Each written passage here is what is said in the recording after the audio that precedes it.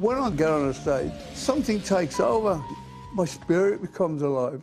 It is just too cruel.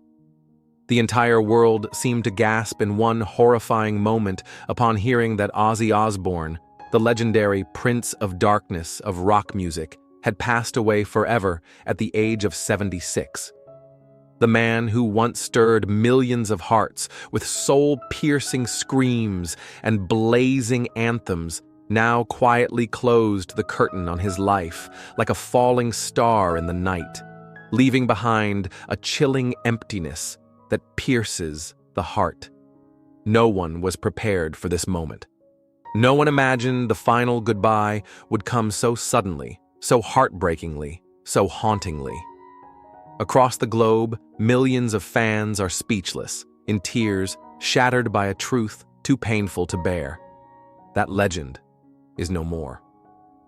His final years were a long, slow descent into darkness and devastation. Parkinson's robbed him of every little movement. A brutal accident crushed his spine and turned his legs into a lifeless burden. And so, he lived, as if trapped inside a body no longer his own. But Ozzy never gave in. He smiled through the pain, sang through the surgeries, and silently bore all the despair, just so his loved ones would not have to worry. I've been going through hell for the past 4 years. That one sentence now echoes like a final confession rising from the abyss of his soul, stabbing the heart of anyone who ever loved him.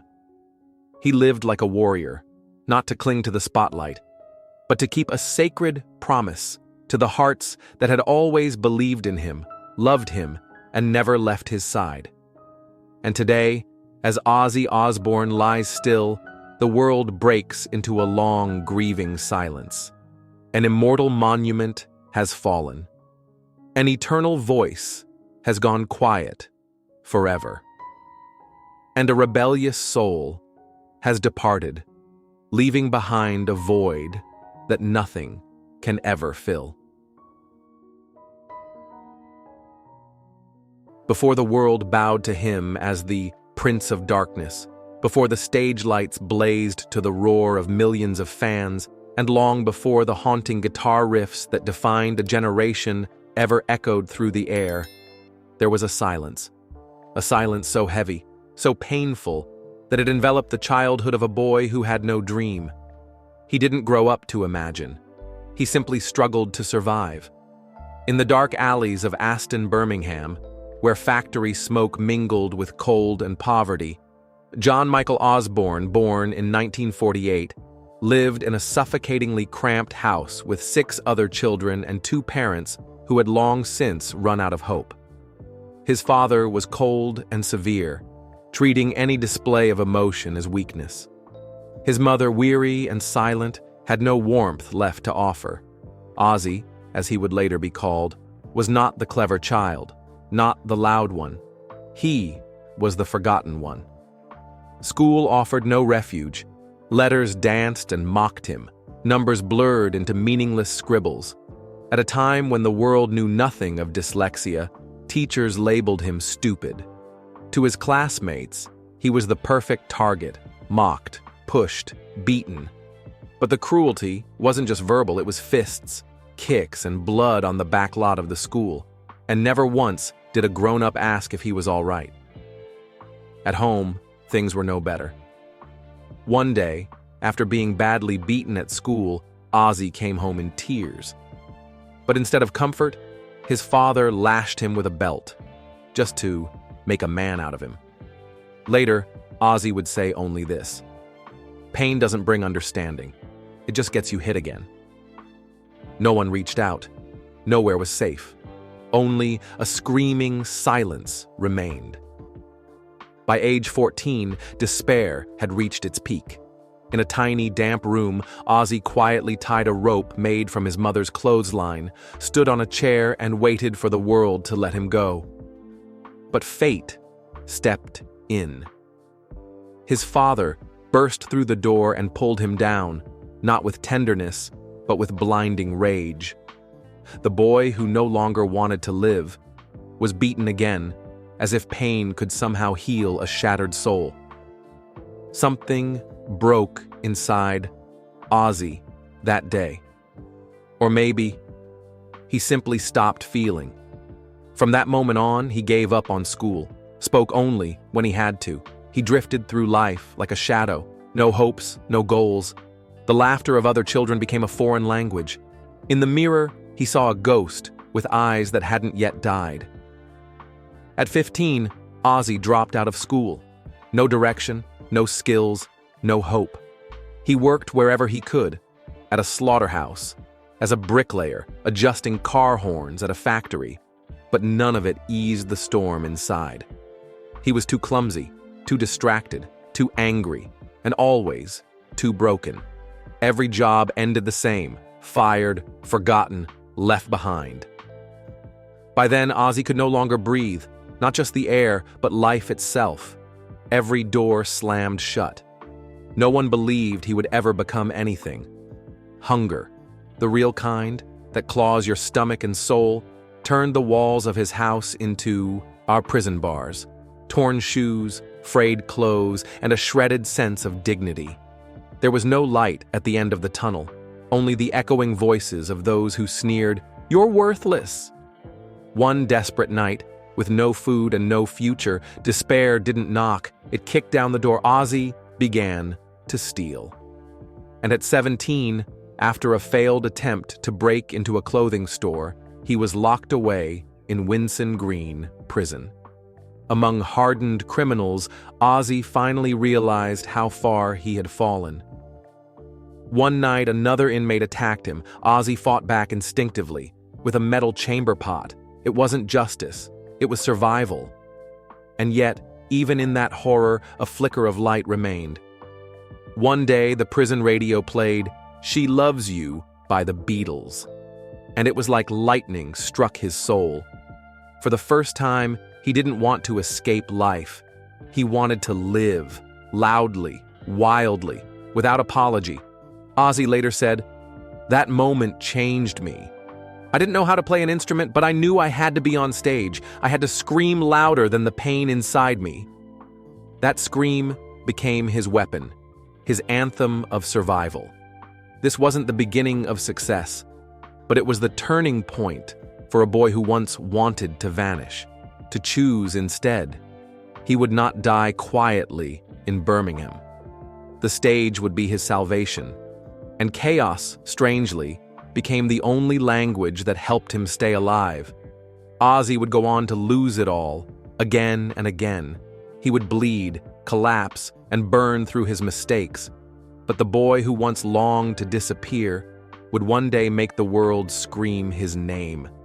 And that is how legends are born. Not in peace, not in comfort, but in the ashes of agony, where pain is loud enough to echo through a lifetime. The scars of Ozzy's brutal childhood had barely begun to fade when a strange, quiet miracle found him. Not a person, but a sound, a song, a lifeline thrown into the void for a soul sinking fast. It was 1965. 17-year-old Ozzy Osbourne stepped out of Winson Green prison after 6 weeks, not for violence, but for stealing clothes. A desperate, aimless act from a boy crushed by poverty and invisible wounds. Prison didn't scare him straight, it only deepened his shame.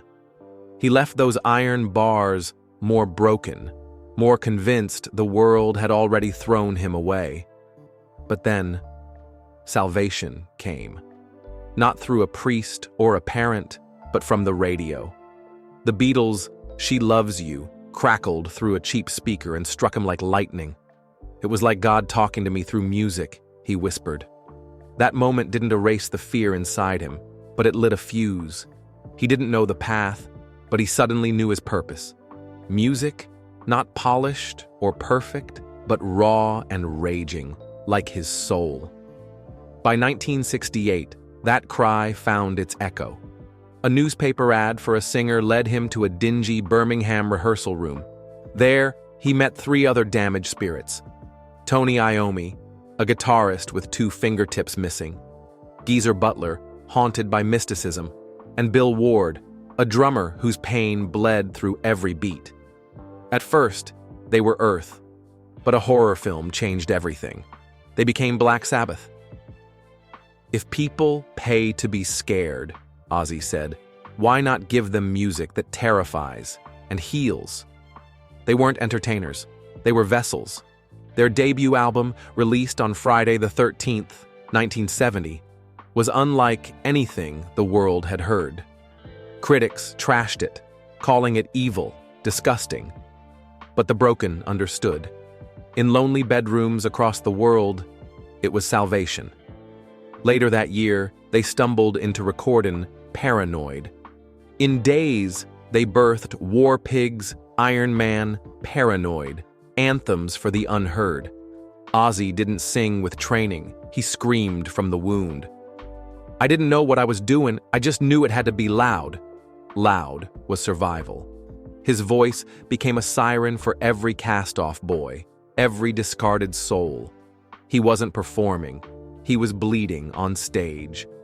Behind the wild man was still that terrified child from Aston, screaming so silence could never swallow him again. Those early years weren't just the birth of metal, they were Ozzy's resurrection, from dirt, scars, and sheer will. He didn't invent a genre, he dragged it from his pain. And even as the world called him a legend, Ozzy only saw a ghost, still screaming into the dark. But that scream changed music. It birthed myth. It carved memory. A legacy built not on fame, but on survival. Yet even at the peak, cracks split his soul. The louder the crowds, the darker the silence inside. Black Sabbath was now a global force, speaking for the lost.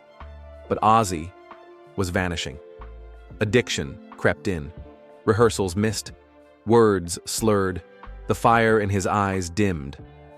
Tony Iommi, once a brother, grew distant. Between them, a silence like a grave. Then, the final blow. 1979. They fired him, not to his face, not even with dignity. "They didn't even have the guts to tell me. And it was my band," Ozzy choked years later. That wasn't just betrayal. It was exile. Sabbath wasn't just a band. It was his only sanctuary. Without it, the chaos had nowhere to go. He retreated into a dark Los Angeles hotel room, curtains drawn, heart shutting down. "I just sat there, numbing myself so I wouldn't feel. I thought I'd fade into the silence forever," he admitted. To the world, he was still Ozzy.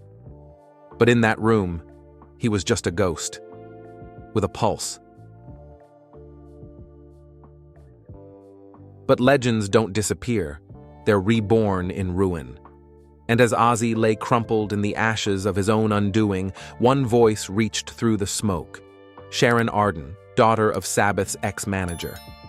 Where others saw a has-been, she saw a wounded genius whispering, "You were the magic in that band. You can do this without them." Her belief hit him like a jolt to the chest. Then came Randy Rhoads, a young virtuoso whose guitar didn't just sing, it mourned and soared. For Ozzy, Randy wasn't just a bandmate, he was salvation. Together they forged Blizzard of Oz in 1980, not as a triumph, but as survival. Crazy Train wasn't a hit, it was a heartbeat. Every lyric shouted, "I'm still here, I still matter." The collapse hadn't destroyed him, it had revealed him. Ozzy had to break beyond recognition to find the burning ember still alive within.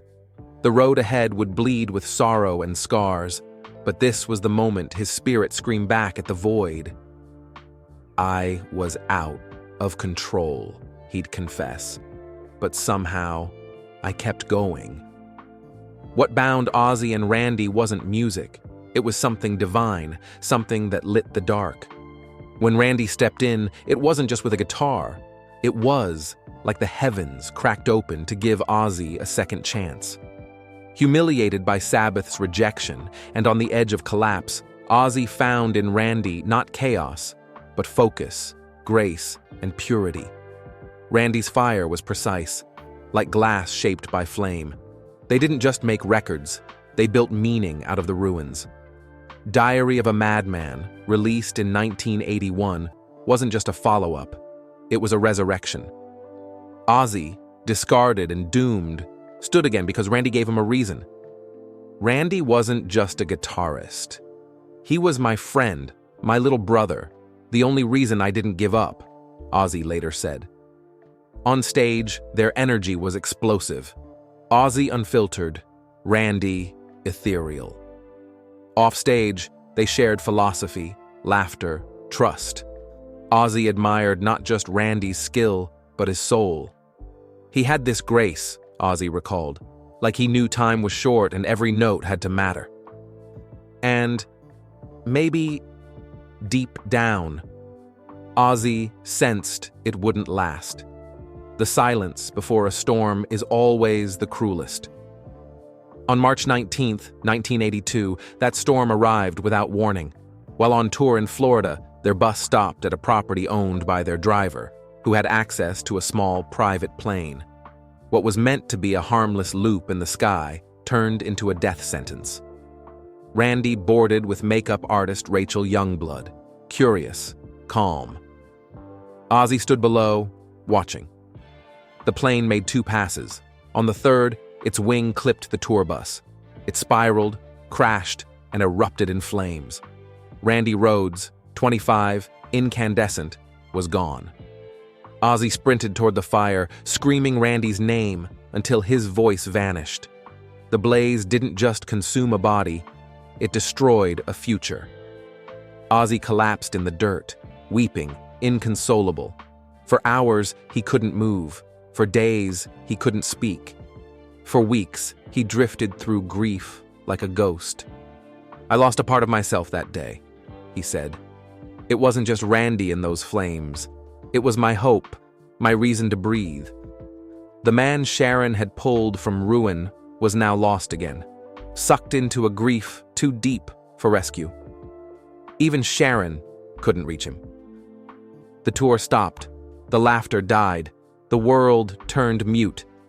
Randy's death didn't just break Ozzy, it emptied him. For weeks, he disappeared into silence and drink, trying to erase the pain. Losing Randy was like losing my soul, Ozzy said. I didn't want to live, I didn't want music, I didn't want anything. Sharon feared he was gone for good, but slowly, from inside the silence, Ozzy began to write. Not to forget, but to remember. Each song became a monument, each scream into the mic a prayer. He would never heal, not really, but he would carry Randy's light, not for fame, not even for himself, but because Randy had believed in him, and Ozzy knew the only way to honor that belief was to keep going, still broken, still breathing. You'd think the worst was behind him, that surviving the unimaginable would teach a soul how to heal. But grief defies logic, and for Ozzy Osbourne, the years after Randy Rhoads' death weren't about recovery. They were a slow, agonizing fall into a private darkness that almost swallowed him whole. The 1980s blurred into a haze of numb days and tortured nights. Each tour was chaos incarnate, every hotel room a shattered battlefield of broken glass and regret. The music played on, but the man behind the mic unraveled. To the world, he was the wild rock icon with smeared eyeliner and a bat-biting myth. Backstage, he was a ghost, volatile, drifting, unreachable. Sharon tried everything. She had pulled him from oblivion once and refused to let go. But even her love couldn't anchor him. As Ozzy later confessed in a trembling voice, I was spiraling. I wasn't even there in my own life. By 1987, alcohol consumed him. Pills blurred the lines of reality until nightmares and waking life became indistinguishable. Then came August 1989, a night not of rage, but total collapse. Lost in a fog of intoxication and despair, Ozzy did something unthinkable, nearly destroying the one person who had saved him. Sharon. It wasn't me, he admitted, voice breaking. it was like something else took over. When I woke and learned what happened, I wanted to die. That night, he was arrested, confused, hollow-eyed, unable to grasp the weight of his actions. Sharon, shaken but resolute, said later, "I didn't know whether to press charges or pray, but I knew something had to change, for both of us." Ozzy entered rehab, not just for addiction, but for psychiatric healing. This wasn't scandal, it was reckoning. His children were shielded from the media, but they couldn't escape the truth that their father had become a stranger to himself.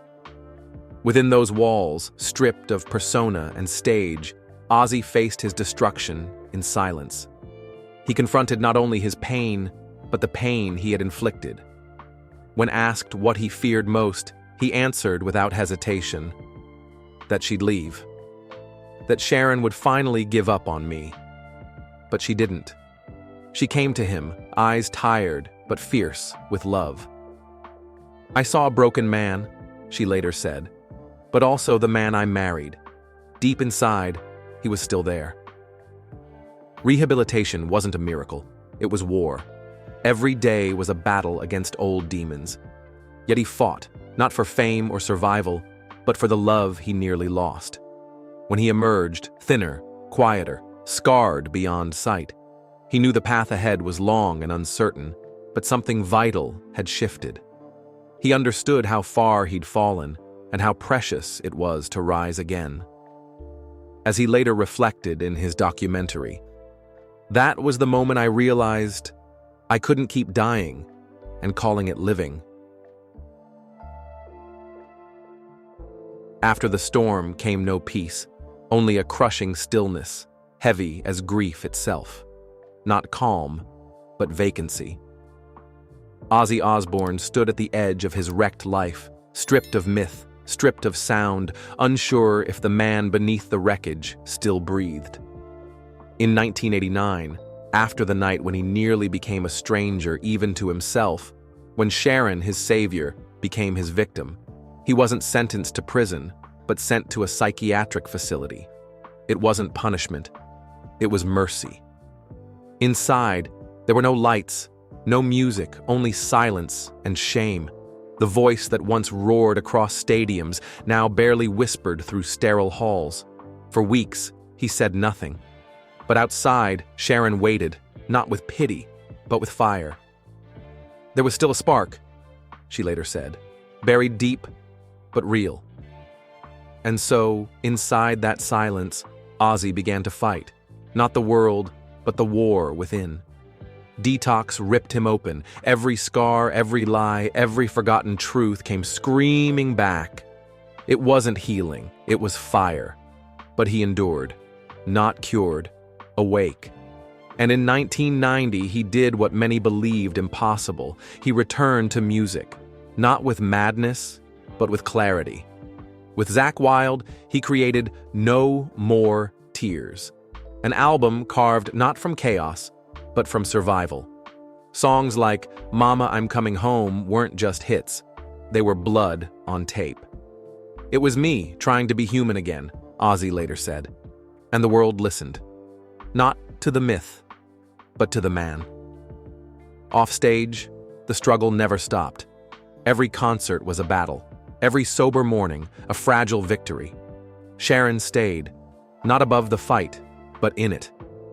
"She didn't just save me once," Ozzy said. "She saves me every single day."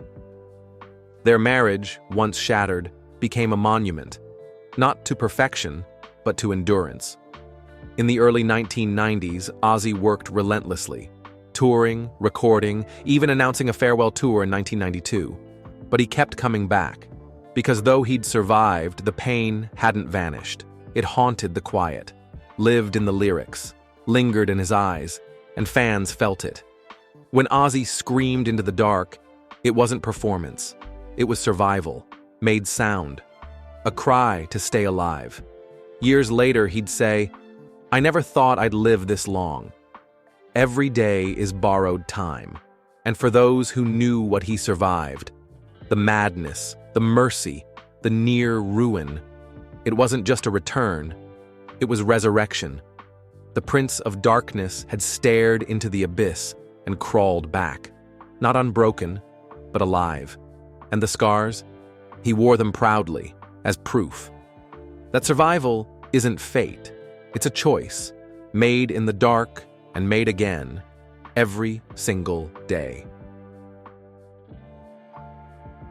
Just when the storm seemed to quiet, when Ozzy Osbourne had clawed his way toward a fragile piece stitched from scars and second chances, fate struck again, not with scandal or relapse, but with something crueler. A body finally demanding payment for decades lived on the edge. The early 2000s could have been triumphant. His music found new ears, and the Osbournes turned him from metal myth into a bewildered, beloved father bumbling through domestic chaos. Suddenly, homes that had never heard Black Sabbath knew him as the man mumbling at remote controls, wandering in mismatched clothes. But even as the world laughed with him, Ozzy's body was unraveling. His joints stiffened, reflexes dulled, pain became his shadow. Then came December 8th, 2003. A simple quad ride on his estate turned savage. He lost control, the bike flipped, and the earth rose up like a hammer. His collarbone shattered, ribs cracked, a vertebra crushed. His lungs collapsed. He stopped breathing. Rushed to the hospital, placed on a ventilator, Ozzy drifted into a coma that lasted 8 days. Silent, still, barely alive. Sharon later said, "I was bracing for goodbye." Around the world, fans held their breath. Was this the end? But Ozzy, defiant to the last, opened his eyes, whispered, lived. Doctors warned it could take years to walk, to breathe, to be himself again. But Ozzy had never obeyed timelines. Through agony that stole his breath and rehab that tested every inch of him, he fought back. Slowly, painfully, unrelentingly. And in 2004, to thunderous applause, he walked onto the Brit Awards stage, not just as a musician, but as proof. Proof that will can outpace injury, that survival isn't loud, it's patient. Yet the crash left behind wounds no X-ray could show. Chronic pain became constant, movement, a war. "I wake up and it hurts," he said, "but I'm still breathing. That's enough." And that, more than the screams, the spectacle, the fire, is Ozzy now, not roaring, but enduring. His strength doesn't blast. It lingers. He turns pain into poetry, refuses to surrender, even when standing hurts. In these quiet, brutal years, Ozzy didn't just survive, he endured. And as he stepped again into the spotlight, slower, softer, scarred, one truth remained. Some legends don't fade. They endure beyond the fire. Just when Ozzy Osbourne believed he had endured every cruelty life could offer, when the storms had quieted and the scars had settled into something like peace, 2019 arrived with a darkness sharper than anything before. There were no flashing lights this time, just a quiet day, a simple misstep, and a devastating fall that ripped apart what time had barely healed. In a second, the metal rods fused into his spine since 2003 were torn loose. It wasn't memory returning. It was vengeance. Pain surged, primal and merciless. "Beyond anything I've ever felt," Ozzy later whispered, and coming from him, it meant something terrifying. But that was only the beginning. Soon after came the second blow, Parkinson's. Not a sudden thief, but a slow erasure. One tremor, then another. Balance lost, identity blurred. For a man who once ruled the stage with fire, it was a quiet horror, watching his own body betray him. "I can't walk properly these days," he admitted. No stage makeup, no myth, just truth, raw and devastating. This wasn't spectacle. It was surrender to something deeper, the passing of time. Sheer misery, he called those years, and the weight in his voice said more than the words could. Sharon, his anchor, stood by him still. But even her love couldn't hold back the slow tide that kept taking. And inside, Ozzy battled guilt. He'd hidden his diagnosis, not to protect himself, but his fans. He feared breaking their hearts more than his own. Yet when he spoke the truth, the world didn't turn away. It reached for him. They saw not a fallen icon, but a man still fighting. And fight he did. In 2020, through pain and tremors, he released Ordinary Man, a record carved in heartbreak, but burning with defiance. It wasn't just an album. It was his soul whispering, "I'm still here." Because Ozzy Osbourne was never only for the stage, it was for purpose, for meaning. Every cane-supported step, every breath was rebellion. And though surgeries stacked and strength thinned, he refused surrender. "I'm not ready to hang up my mic yet," he said. That one sentence held it all: fire, memory, defiance, hope.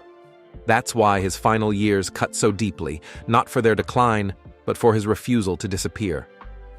Ozzy Osbourne didn't fade. He roared, even as the world dimmed. And now, though his voice has gone quiet, the echo remains, raw, imperfect, human, and louder than ever. By 76, the shadows around Ozzy Osbourne weren't born from stage lights or screams. They came from time itself, slow, silent, and merciless.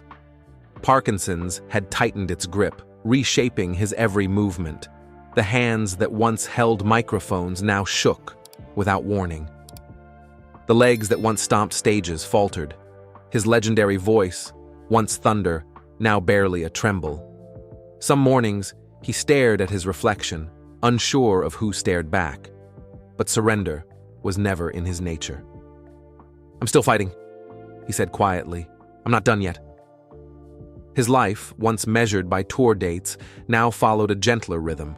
Therapy, meds, routines, care. The world had shrunk, but his will had not. Sharon, as ever, stayed close, not just as wife, but as warrior. Their Buckinghamshire home transformed into a haven with rails, ramps, and quiet grace, tailored for survival. In its quiet corners, Ozzy chased echoes.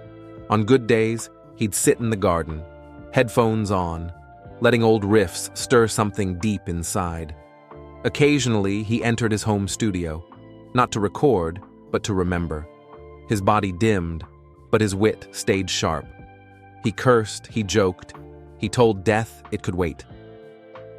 "It's just the next tour," he smirked. "No sound check this time."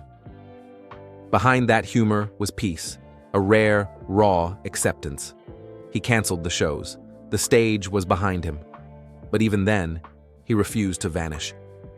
With quiet defiance, he orchestrated his final bow. Not loud, not wild, but real. His story, now carved in pain and grit, echoes louder than applause. The man no longer sings, but in every silent breath, in every lyric remembered, Ozzy proved one last thing. True legends don't fade. They become the silence that follows. And then, on July 5th, 2025, came the moment that felt less like a concert and more like a sacred farewell. Ozzy Osbourne, flanked by the original Black Sabbath members, returned to Birmingham, the cradle of his legend. They called it Back to the Beginning, but in truth, it felt like the last page of a long, thunderous book.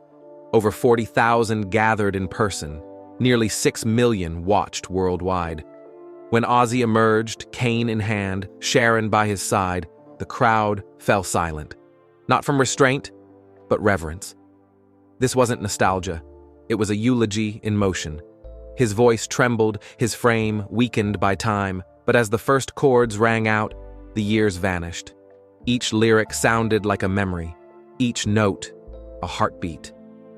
"This is it," he whispered, and with that, the world felt a shift, gentle, aching.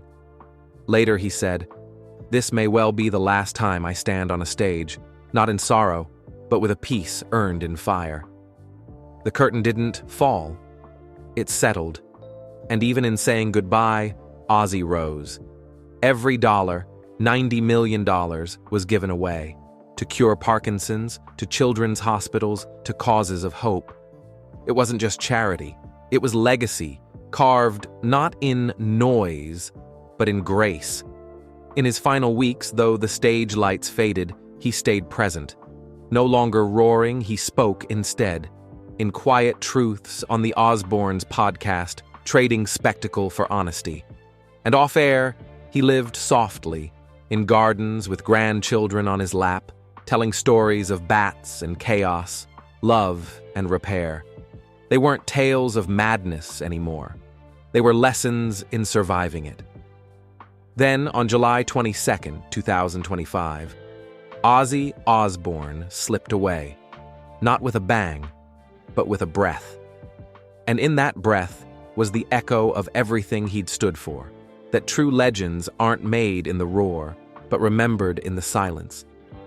And even when they fall, they rise. In the hearts they leave behind. As the roar of crowds faded into garden breezes and the chatter of grandchildren, Ozzy Osbourne's final chapter unfolded not in headlines, but in legacy, etched in the lives of those who carried his fire. Amy, his eldest, chose silence over spectacle, creating her own sonic universe as ARO, proving that restraint can roar louder than fame. Kelly, fierce and graceful, became his echo and his answer, a multi-talented force forging her own path while never losing the thread of his. Jack, once a child on reality TV, became his father's guardian shadow, producing, protecting, and quietly carrying the weight of a legend too heavy for one man. Jessica and Lewis, from Ozzy's first marriage, stayed out of the spotlight, but not out of orbit. Still tethered by blood, if not by biography. Together, his children didn't just honor his name, they became its continuation.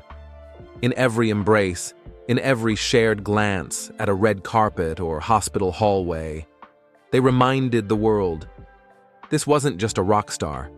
This was a father who survived himself and gave them his light to carry.